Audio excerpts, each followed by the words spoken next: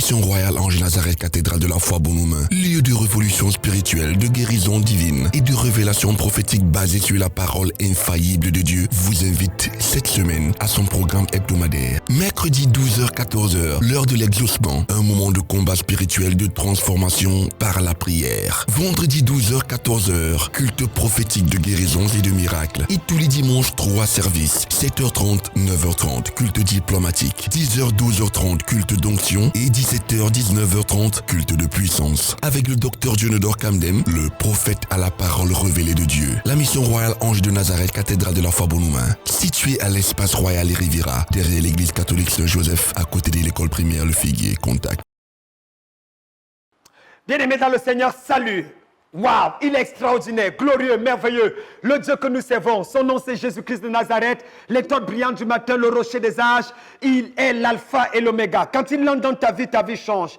Ne pas recevoir Jésus, c'est commettre la plus grave erreur de sa destinée. Recevoir Jésus comme sauveur et Seigneur personnel, c'est le plus grand miracle de tous les temps. L'as-tu reçu? Es-tu né de nouveau par la puissance du Saint-Esprit? Je n'ai pas demandé si tu es baptisé. Je n'ai pas demandé si tu vas à une église évangélique ou si tu fais rakakakaka. Non. Est-ce que tu es lavé dans le sang de l'agneau? Est-ce que la présence de Dieu est en toi? Est-ce que tu es sûr que si tu meurs aujourd'hui, tu iras au ciel? Je suis le docteur Dionodore Kamdem Nunga, l'apôtre des nations, pasteur de la mission royale Ange de Nazareth du côté d'Abidjan, Côte d'Ivoire, et président international des églises cathédrales de la foi dans le monde entier. Le plaisir est pour moi une fois de plus de vous retrouver dans le cadre de cette émission, l'Ange de Nazareth. Appelez-nous à ce numéro qui s'affiche s'il vous plaît, et je serai très heureux de vous recevoir personnellement, mon équipe et moi. Ouvrez vos Bibles dans Esther, chapitre 3, le verset 1. Esther, chapitre 3, le verset 1. Il est écrit: après ces événements, le roi Assyrus distingua Aman, fils de Hammedata, la Gagite. Il éleva en dignité et plaça son siège au-dessus de tous les princes de son rang.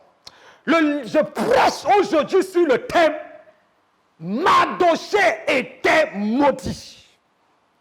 99,9% des prédicateurs aujourd'hui ne savent pas que Mardochée était maudit. Ça fait 32 ans que je marche avec Dieu, que je suis dans les églises dites évangéliques. J'ai jamais entendu un prédicateur me dire que Mardochée était maudit. Au contraire, on m'a vanté Mardochée. Mes frères, que Dieu punisse le diable pour notre ignorance. Aujourd'hui, je vais vous donner 4 preuves, 4 raisons pour lesquelles j'affirme que Mardochée était sous une malédiction. Écoutez-moi très bien. Parce que Dieu m'a rassuré que dans les 20 minutes qui viennent, toute malédiction mystérieuse cachée dans ta vie sera brisée au nom de Jésus-Christ. La qualité de ton amen précipite l'accomplissement de cette prophétie. Quelqu'un lève la main et dit faille, aïe, aïe, aïe, aïe, aïe. Dit faille, aïe, aïe, aïe, aïe, aïe, aïe. Toute malédiction cachée dans ta vie. Toute malédiction cachée dans la vie de tes enfants. Toute malédiction cachée dans ta famille. Toute malédiction cachée dans ton lieu de service. Pendant que tu dis faille, ça prend feu. Ça prend feu. Quelqu'un dit hey. Quelqu'un dit hey, hey, hey, hey. Je ne sais pas quelle malédiction a été placée sur ta vie. Et tu ne comprends pas pourquoi les choses n'évoluent pas. Pendant que je parle, Satan va faire pipi dans son pantalon. Parce que ta délivrance a sonné. Ta libération a sonné. Ton élévation a sonné. Esther est certainement l'un des livres les plus complexes de la Bible. D'ailleurs, les gens hésitaient à le mettre dans les livres canonisés sur la simple raison que c'est l'un des seuls livres de la Bible où le nom de Dieu n'est pas explicitement mentionné. Or, on trouve dans le livre d'Esther tellement de manifestations intrinsèques de la main de Dieu, de la puissance de Dieu et de la présence de Dieu. Frère, le christianisme n'est pas affiché Jésus sauve et guérit sur son front. Ce n'est pas porter les habits qui disent que Jésus revient bientôt. Les chaussures qui disent que je vais au paradis. Non! Le christianisme, ce n'est pas l'apparence, mais c'est l'intérieur de ton cœur. La capacité de porter Dieu partout où tu pars. Tu as les habits Louis Vuitton, tu as les chaussures de Versace, tu as mais quand tu marches, on sent la présence de Dieu en toi. C'est ça le besoin de l'heure. Des hommes qui, à vue d'eux, semblent ne pas voir Dieu. Mais quand on se rapproche d'eux, il y a une quantité, une qualité de Dieu en eux. Une notion, une présence divine qui dégage, qui fait peur même à Lucifer lui-même. Mardochée était maudit. Pourquoi je le dis? La Bible dit, Esther 3, verset 1, après ces événements, le roi éleva Aman.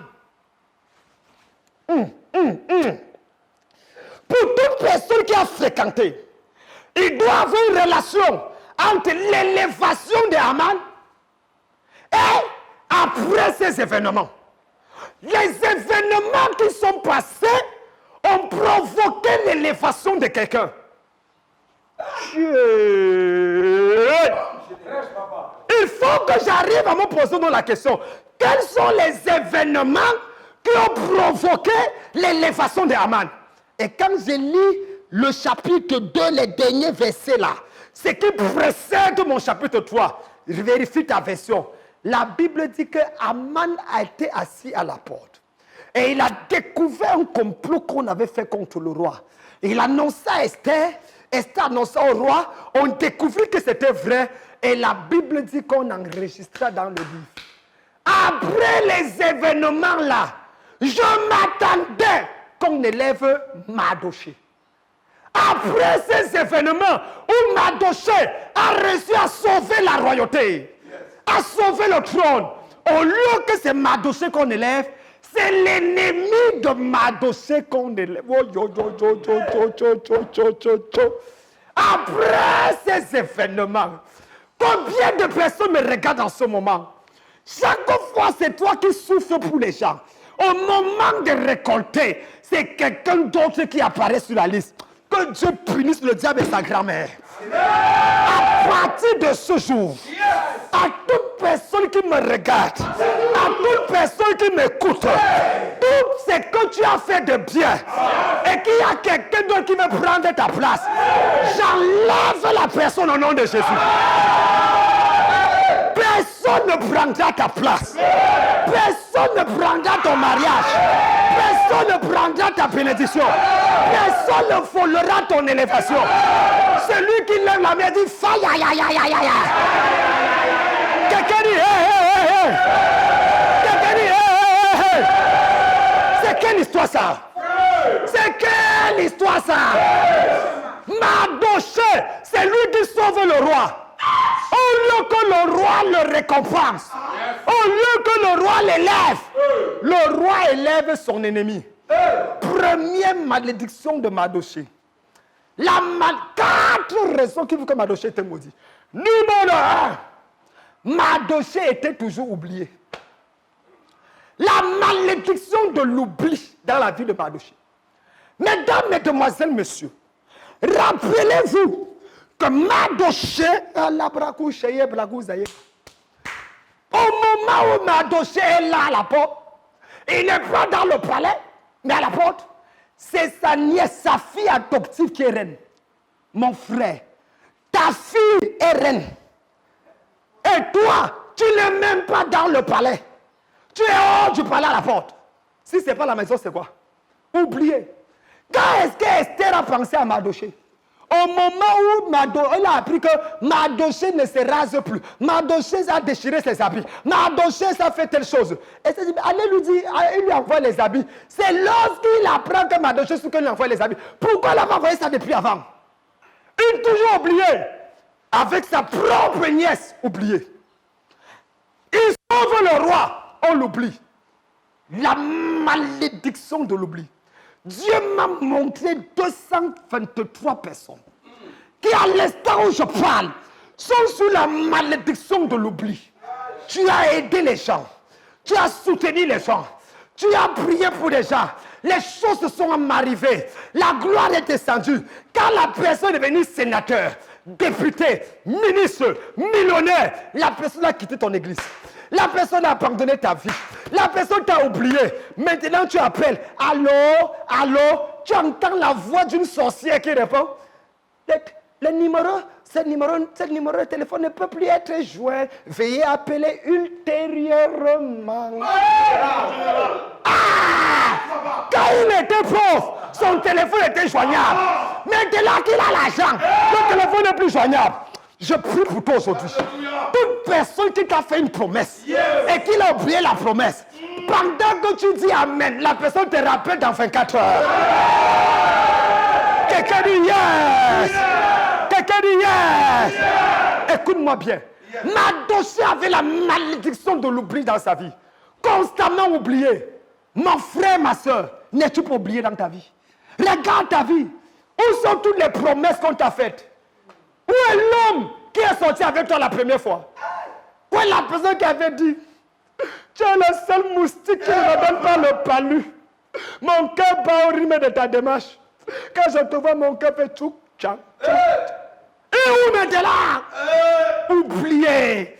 Je te sors des oubliés au nom de Jésus. Je te prends là où tu es. Et je te sors des oubliés au nom de Jésus. Je prie pour quelqu'un aujourd'hui. 21 coups de fil dans les 7 jours qui viennent. 21 coups de paix téléphonique. Et les appels viendront des États-Unis, viendront du Canada, viendront de l'Europe. Et les gens qui t'avaient oublié vont se souvenir de toi. Si tu dis Amen 3 fois, ça va arriver dans ta vie. Quelqu'un dit, hey, écoutez-moi bien. La malédiction de l'oubli. Numéro 2. Mardochée avait une deuxième malédiction qu'on appelle la malédiction du nom. Mardochée veut dire littéralement petit homme. Le nom Mardochée veut dire petit homme. Frère, il y avait quelque chose dans la tribu de Benjamin. Pourquoi je le dis? Saül était de la tribu de Benjamin, mais il dépassait tout le monde de la tête. Comment Mardochée est de la tribu de Benjamin et lui le coup? Dans la tribu de Benjamin, les gens étaient géants.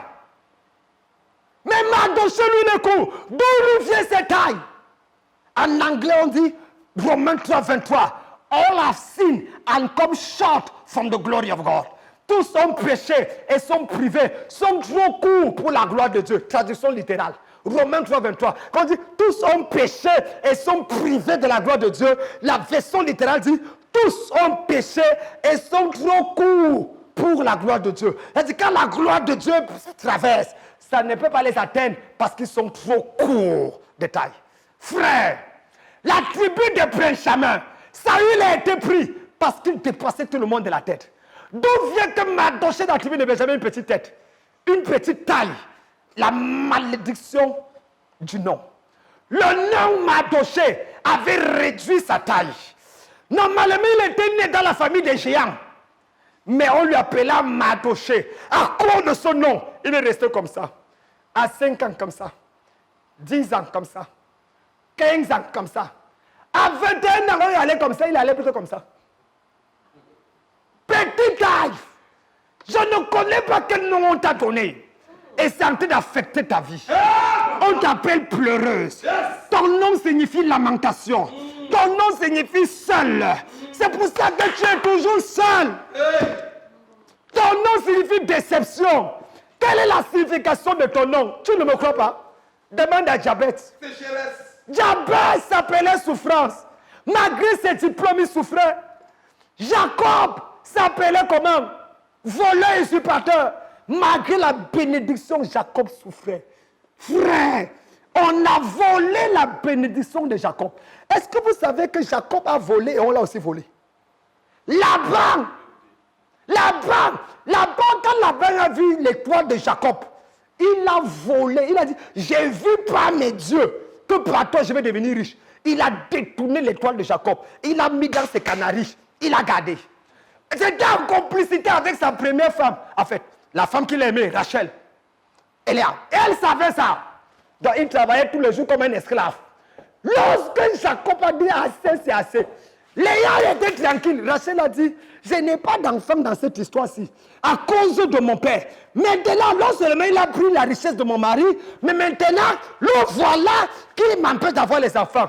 Pendant qu'on sort de cette maison, je vais voler, je vais exposer ça. C'est pour ça que quand Jacob a fui, Rachel a pris le canari sur lequel on avait attaché l'étoile de Jacob.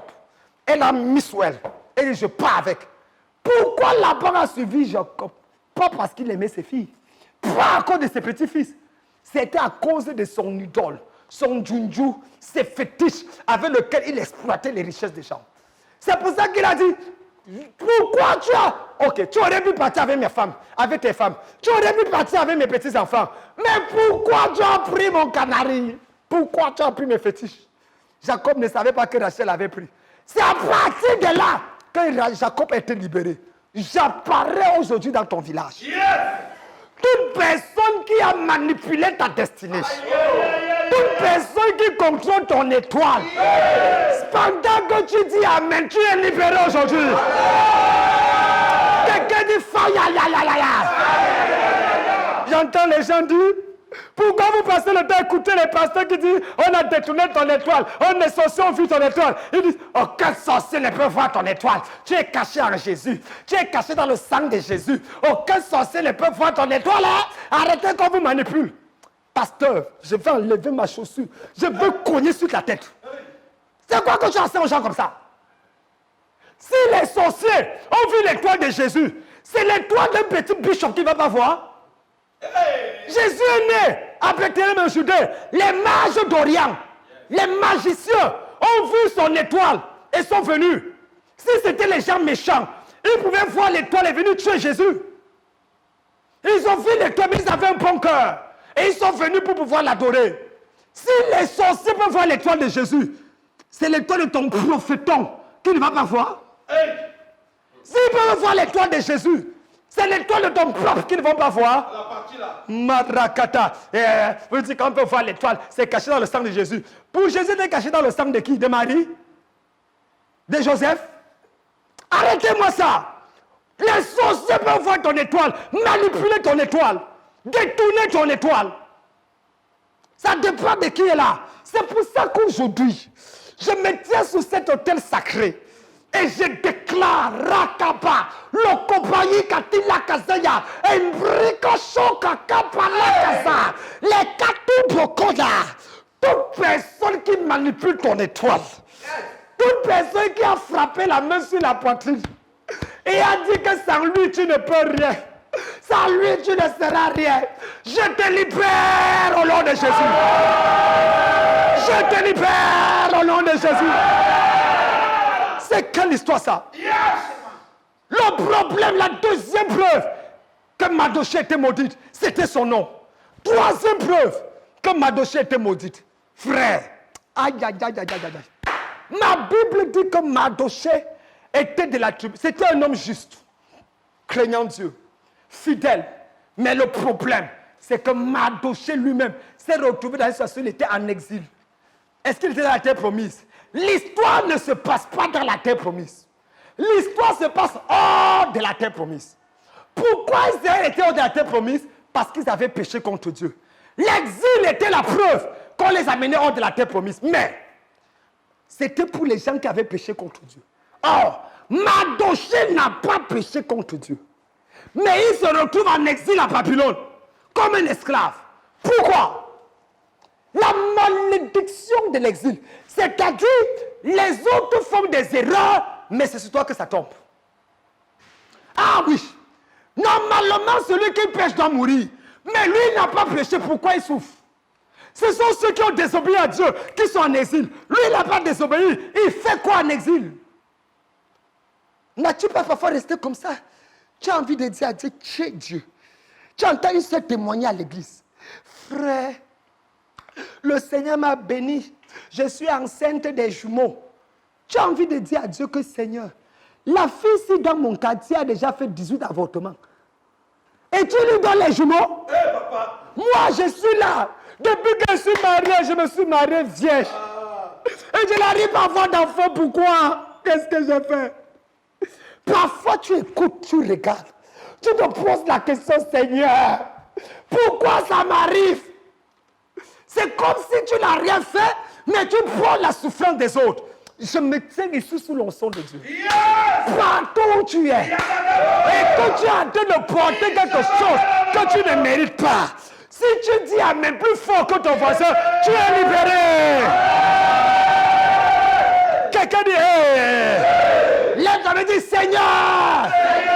Je n'entends pas bien, dis, Seigneur. Libère-moi aujourd'hui.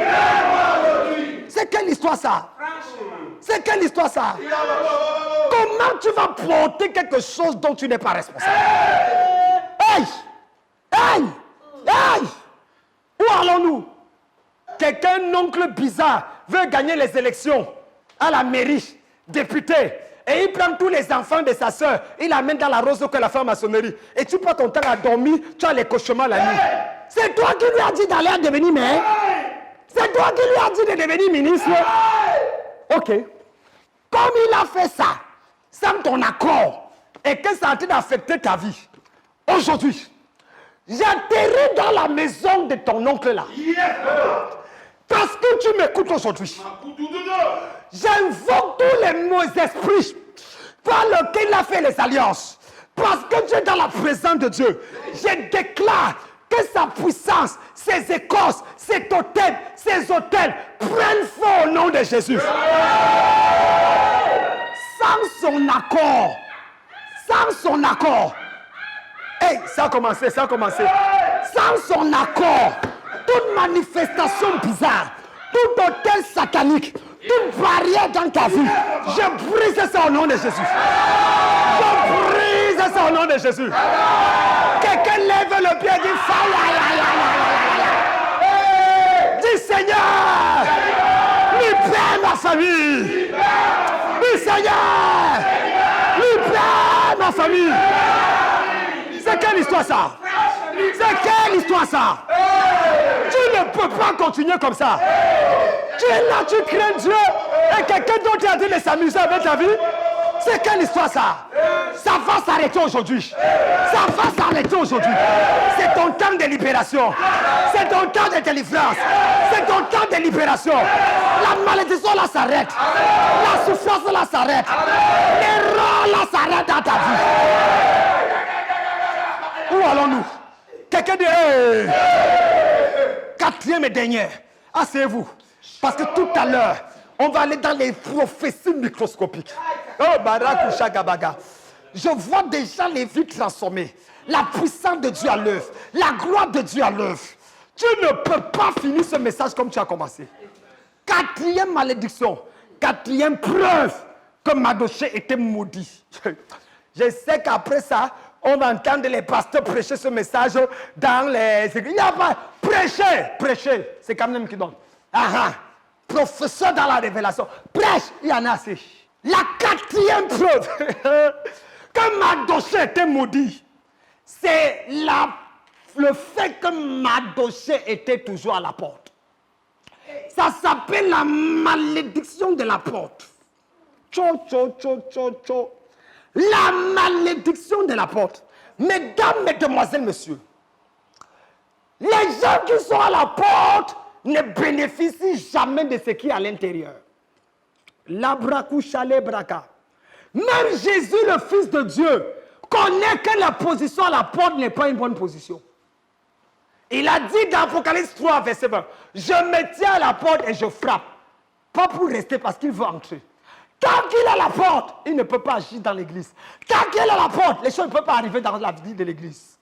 Plusieurs mariages sont à la porte. Plusieurs bénédictions sont à la porte. Ça n'arrive jamais à entrer. La malédiction de la porte. La Bible déclare dans Genèse 3, quand Caïn, chapitre 4, pardon, la Bible dit, Dieu dit à Caïn, pourquoi es-tu irrité et ton visage abattu? Voici le péché se couche à la porte. La première fois que Dieu parlait de la porte, le péché est à la porte. C'est pour ça que dans l'Apocalypse, quand il parlera de la dernière fois de la porte, ça sera Jésus à la porte. Oui, entre les deux, la question est qui est à la porte? Le péché était à la porte de Caïn et il a tué son frère. Jésus était à la porte de l'église et il a sauvé l'église. C'est celui qui est à la porte de ta vie qui détermine ce qui entre dans ta vie. C'est ce qui est à la porte de ta vie qui détermine ce qui entre dans ta vie. J'avais une de mes filles qui était à l'époque au Cameroun, directeur, elle travaillait dans le groupe, comment on appelle les gens, Bolloré. Voilà. Elle avait un des grands, c'était le conseil d'administration. Ils étaient venus de la France, d'un peu de partout, à Douala. Et l'un de ses amis qui était là, on devait nommer un directeur, et c'est elle qui était proposée. Mais quelqu'un avait dit que non, elle ne veut pas. Un autre était quoi, un autre directeur. Elle était sous-directeur à l'époque. Et lorsqu'elle arrive, le monsieur vient à la porte. Avant d'aller dormir, elle avait dit au gardien, je vais me reposer. N'importe qui vient, dis-lui que vraiment, je ne peux pas, ne me réveille pas, je suis fatigué. Le grand directeur arrive en toute urgence. Parce qu'il appelait, il ne répondait pas, il arrive chez elle avec son chauffeur. Il veut faire, il dit, personne n'ouvre. Le gardien vient. Il dit, pardon, appelez madame. Le gardien dit, le portier dit, madame a dit que personne n'entre, elle est fatiguée. Il dit, dis-lui que c'est moi, son patron, le grand directeur. C'est urgent. Le portier dit, messieurs, madame a dit que personne n'entre. Vous n'entrez pas ici. Je ne vais pas perdre mon travail. Personne n'entre. Il est resté 30 minutes et puis il est parti. On a donné le poste à quelqu'un. Le lendemain, elle revient et dit, mais pourquoi on n'a donné pas le poste? Il dit, je suis venu chez toi, le gardien a refusé que j'entre. Il dit quoi? Elle retourne et dit, Mamadou, Mamadou a refusé. Il dit que, mais madame, toi dit que personne. Elle dit, Mamadou m'a tué. C'était mon patron pour un poste que je devais valider. Oh, pardon. C'est lui qui est à la porte. Mamadou ne connaît pas ce que veut dire acheter la peinture du portail. Mamadou ne connaît même pas le prix d'un papin. Mais Mamadou a réussi à empêcher le patron d'entrer. Parce que Mamadou était à la porte. Qui est à la porte? Ce n'est pas celui qui est à l'intérieur qui détermine qui entre à la maison, mais c'est celui qui est à la porte qui détermine qui entre à la maison. Mardochée était à la porte. À la porte, enfin, veut dire que tu ne reçois pas tes bénédictions. L'acte des apôtres, la Bible dit qu'il y avait un homme boiteux de naissance. Chaque jour, on le portait, on le mettait où? À la porte de la belle. Et arrivé là-bas, il demandait l'aumône. Cet homme n'est jamais entré dans le temple. Or, aucun miracle n'arrivait à la porte du temple. Dieu n'était pas à la porte. Il avait dit, je serai dans le temple. C'est dans le temple que Dieu agissait. C'est dans le temple que les miracles se produisaient. Mais le voilà se retrouvant à la porte. La Bible dit que Pierre et Jean ont dit, assez si assez, tu es resté longtemps à la porte. Nous te commandons de guérir et d'entrer dans le temple. C'est quand il est entré dans le temple que sa vie a changé. J'ai envie de prier pour toi. La malédiction de la porte doit s'arrêter. Dans ta vie, n'as-tu pas remarqué? Tu te bats, tu te bats, tu te bats, tu te bats. Et quand tu commences à courir, tu cours. Au moment où tu penses que tu es déjà arrivé pour attraper la chose, quelque chose te tire par derrière et te ramène au point de départ.